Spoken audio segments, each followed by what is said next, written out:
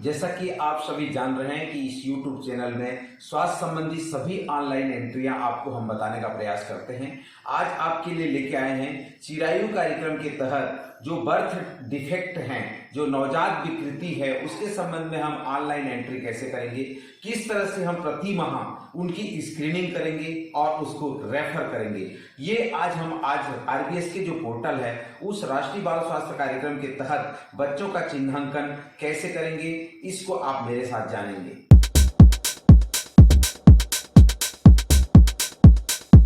राष्ट्रीय बाल स्वास्थ्य कार्यक्रम के तहत आप dkbssy.cg.nic.in इसमें आरबीएस के पोर्टल में आप जा करके जो हॉस्पिटल लॉगिन है आप यहाँ देख पाएंगे।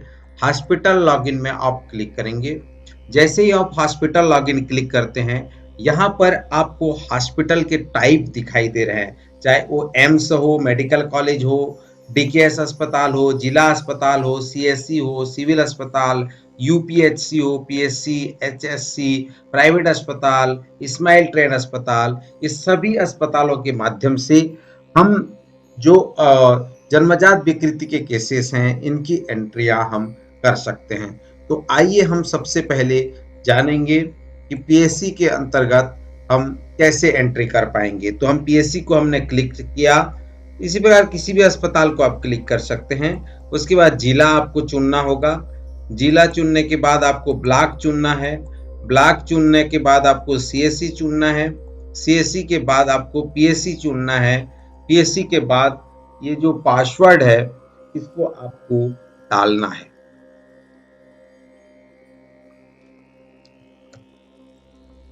पासवर्ड आपको पहले से प्रदाय की गई है, उस पासवर्ड का उपयोग के माध्यम से आप अंदर जा पाएंगे। इसमें जो कैप्चा दिया हुआ है वो कैप्चा को भी आपको एंट्री करना होता है। आप इसको डालिएगा और जैसे ही इसको डालेंगे तो आप लॉगिन बटन पर और उसके बाद क्लिक करिएगा। जैसे ही आप लॉगिन बटन पर क्लिक करते हैं तो आपका ये चिरायु पोर्टल में आपको ओपन हो जाएगा, जहां हॉस्पिटल में डिलीवरी पॉइंट की एंट्री आप कर पाएंगे, रिपोर्ट देख पाएंगे। आप यहाँ पे मुख्य रूप से camp registration, follow up, Chirayu day registration, sickle cell और डिलीवरी पॉइंट, रिपोर्ट, पासवर्ड को बदल सकते हैं। यहाँ पे मैनुअल दिया हुआ है, प्रिंट आउट ले सकते हैं, लॉग आउट कर सकते हैं। तो यहाँ पे हम अभी जैसे ही इस पोर्टल में हमने ओपन किया है तो यहाँ पे आप देखे होंगे चिरायु पोर्टल में डिसीज का नाम दिखाई दे रहा है, जो कि यहाँ 44 प्रकार के बीमारी को बताया गया ABCDE के में, जहाँ पे total number of cases referred by RBS के team, total number of case treated on Chirayu day और number of case treated, case pending on treatment, ये चीजें आपको यहाँ पे दिखाई दे रही है। पर आपको जो मुख्य रूप से हम इस पोर्टल में समझाने की कोशिश करेंगे वो है delivery point entry. Delivery point entry को जब आप क्लिक करते हैं तो देखिए यहाँ पे 3 ऑप्शन दिखाई दे रहा है। मंथली बर्थ डिफेक्ट स्क्रीनिंग, अर्थात मंथली आपको बर्थ के केसेस का, जो बर्थ डिफेक्ट केसेस का आपको स्क्रीनिंग करना होगा। दूसरा है बर्थ डिफेक्ट स्क्रीनिंग फॉर्म है और तीसरा है बर्थ डिफेक्ट रेफरल फॉर्म। तो आइए सबसे पहले एक एक करके हम इसमें देखते हैं। तो पहला है मंथली बर्थ डिफेक्ट स्क्रीनिंग। जैसे ही हम इसको क्लिक करते हैं तो ये रिपोर्टिंग वर्ष आपको डालना होगा, रिपोर्टिंग माह डालनी होगी, जैसे अप्रैल महीना का करना चाहते हैं। एंट्री का डेट आपको डालना होगा, जिस डेट को आप कर रहे हैं। जैसे मान लीजिए हम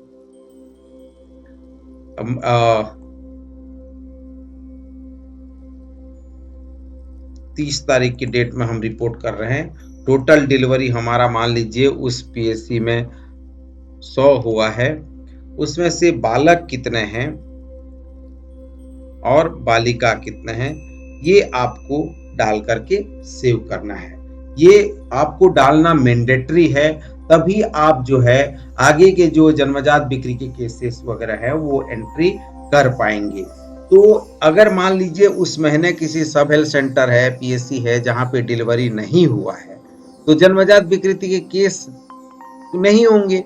लेकिन आपको वहां पे 0 रिपोर्ट करना मैंडेटरी है।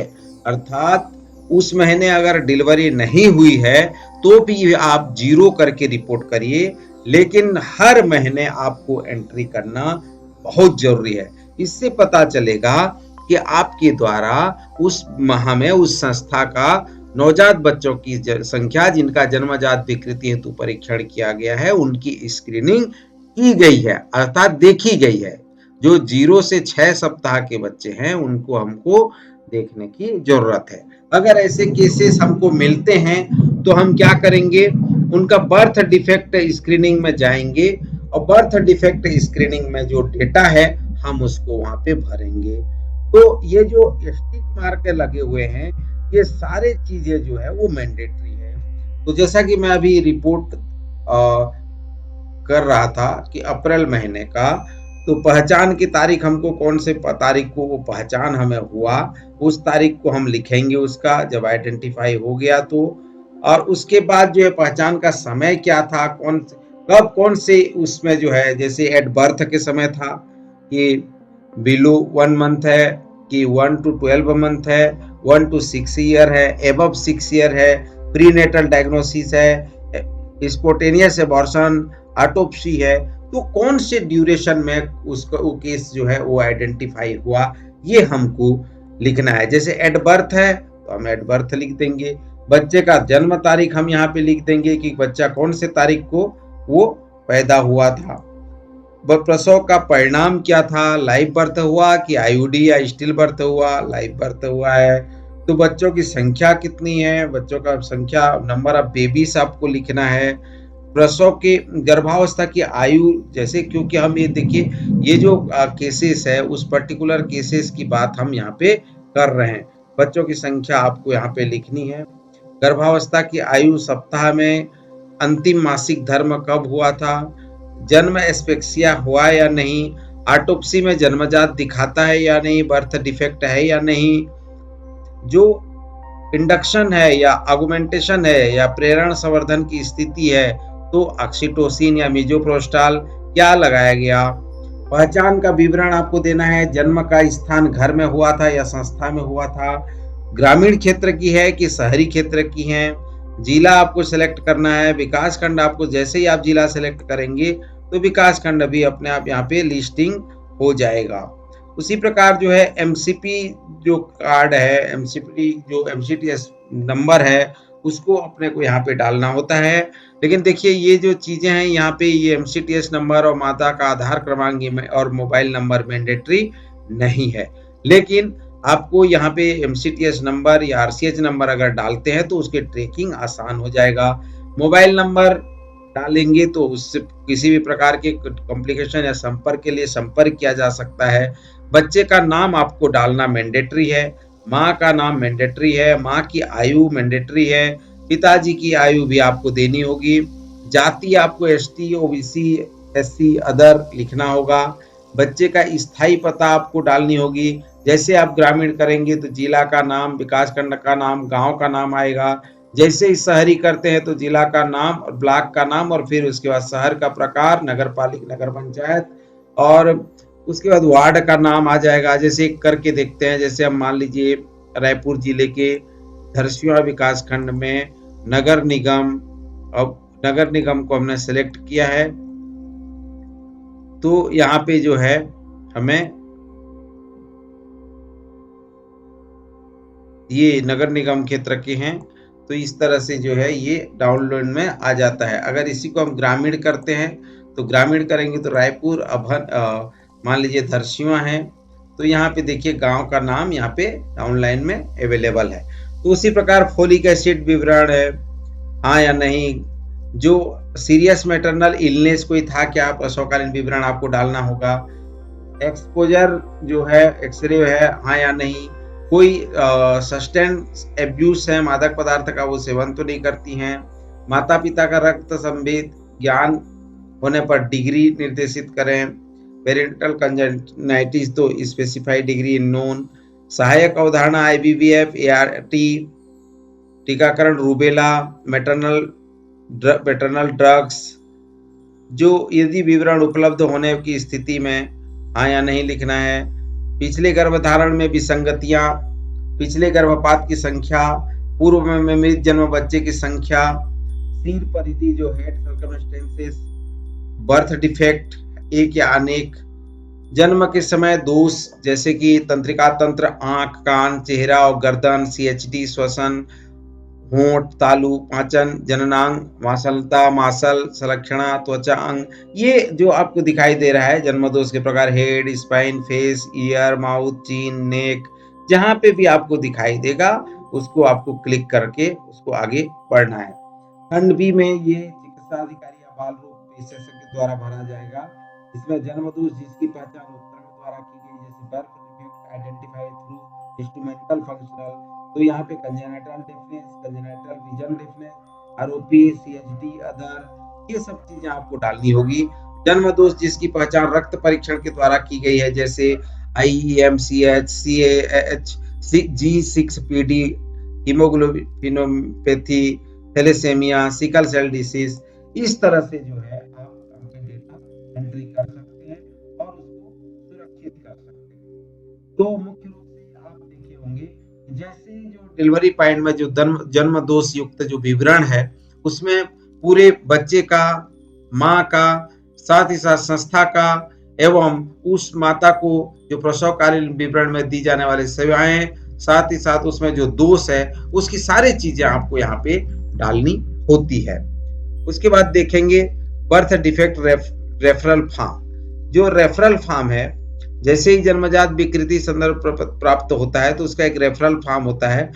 आप जब एंट्री करेंगे बर्थ डिफेक्ट स्क्रीन फॉर्म को तो बच्चे का एक पंजीयन नंबर जनरेट हो जाता है। बच्चे का पंजीयन नंबर डाल करके भी आप यहाँ सर्च कर सकते हैं और उसे रेफर कर सकते हैं, और बच्चे का नाम डाल करके भी जो है उसको आप सर्च कर सकते हैं और उसको रेफर कर सकते हैं। जब इस प्रकार की एंट्री आप करेंगे तो आपके स्वास्थ्य संस्थान में कोई भी बर्थ डिफेक्ट केसेस जैसे आइडेंटिफाई होता है तो उसका रेफरल कार्ड बन जाएगा, उसको चिरायु टीम को ये डेटा उपलब्ध हो जाएगी और चिरायु टीम उससे संपर्क करके उसकी ट्रीटमेंट का पूरे प्रोटोकॉल का पालन करेगी। तो मैं इसमें आपको मुख्य रूप से बताने का पर्पस ये है कि अभी देखने में आ रहा है कि कई सारे हमारे HWC में सभी जगह CHO पदस्थ हो चुके हैं। ऑलरेडी PSC लेवल में सभी सशक्त लैपटॉप, टैबलेट सभी माध्यम से इक्विप्ड हैं, उसके बावजूद भी ये एंट्रियां नहीं की जा रही है। तो मैं सभी से आग्रह करूंगा कि बहुत ही सिंपल है। मंथली बर्थ डिफेक्ट में आप पहले टोटल डेटा आप अपना एंट्री करेंगे और उसके बाद जो है अगर कोई केस आइडेंटिफाई होता है तो बर्थ डिफेक्ट स्क्रीनिंग फॉर्म आप फिल करेंगे और उसको अगर रेफर करने की जरूरत पड़ेगी तो आप उसको रेफर करेंगे। तो ये 3 बिंदु में आपको काम करने की जरूरत है। तो सारे GSA इसको एक बार देख लें, समझ लें। अगर कहीं पे कठिनाई हो रही है तो आप कमेंट बॉक्स में लिख करके आप कमेंट भी पूछ सकते हैं, तो मैं आपका जवाब दूंगा और आपको मैं सॉल्यूशन बताऊंगा कैसे इसको सरल तरीके से एंट्री कर पाएंगे। तो मुझे विश्वास है कि आप सभी इसको अच्छे से एंट्री करेंगे।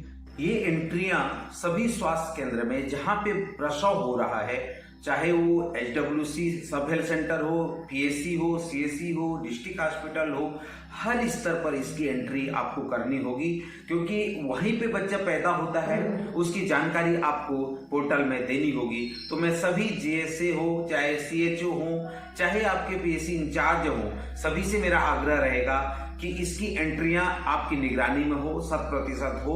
और कहीं पे भी आपको बर्थ डिफेक्ट के केसेस आपको मिलते हैं, नवजात विकृति के जो केसेस आते हैं, तो आप उसकी एंट्री पोर्टल में जरूर करिएगा। तो आप सभी ने इस चैनल को देखा, मैं सभी से आग्रह करूंगा अधिक से अधिक हाथों तक इस चैनल को पहुंचाइए। आप सभी का बहुत बहुत धन्यवाद।